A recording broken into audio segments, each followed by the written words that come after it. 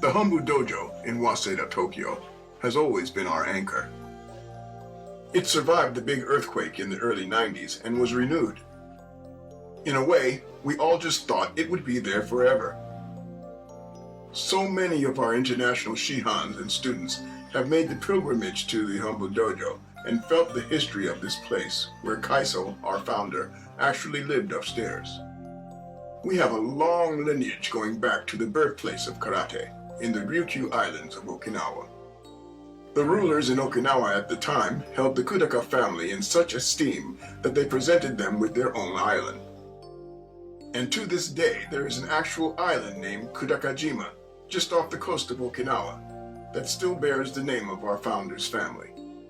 So all of us can be proud knowing that our style is a real part of the history of Karate-Do in Japan, from its very beginning.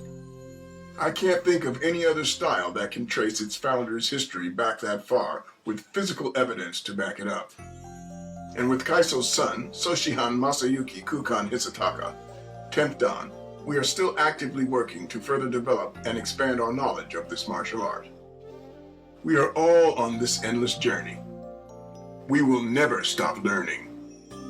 And helping to lead us into the 21st century is Soshihan's son, multiple Koshiki Karate champion, Hanshi Masamitsu Kudaka, 8th Dan.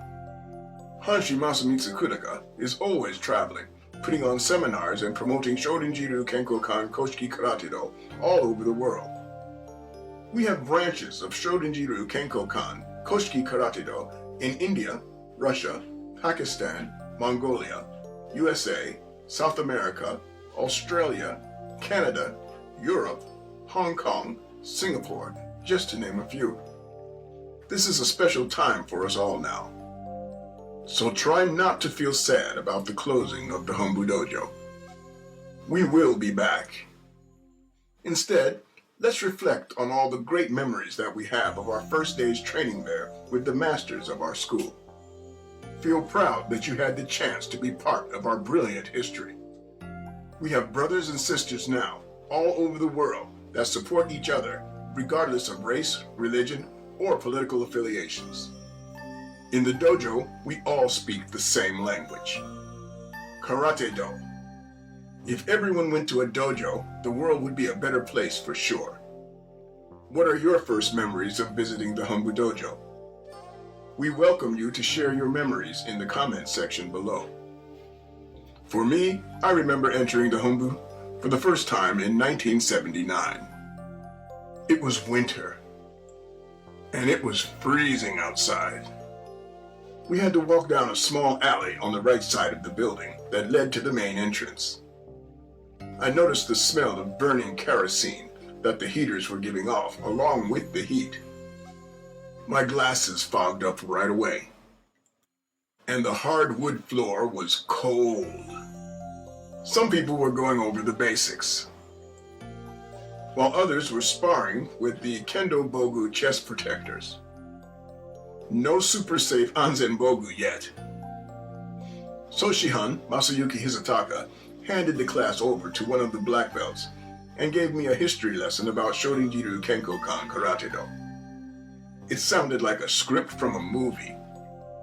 I was very interested, and I was already sold on joining the dojo before Soshihan finished his brief lecture. I learned about Kaiso's life, how he lived in China, studied with and competed against Chinese martial artists on his quest to develop the perfect martial arts system. I was very impressed and decided that this Shorinjiryu Karate-Do dojo was what I was looking for. Like many of you, that was a lifetime ago. We made it through the 80s, the 90s, and now we face our next challenge to develop and adapt in this new 21st century. This is something we are determined to do, and we thank you all in advance for all of the future support we know we will get from all of you. Here are some shots and clips from our last few days at the Hombu and some seminars in India and Russia before the world was virtually shut down due to the coronavirus. In a special video, Soshihan reflects on his time at the Hombu in Japanese. He basically says that he's sad to see the Hombu close. The Kudaka family has put a lot of time and effort into all of this. So many people to thank. But in the end, he says that we will rebound and come back stronger than ever. We look forward to this new challenge. It doesn't matter where we are, because Karate-Do is a way of life.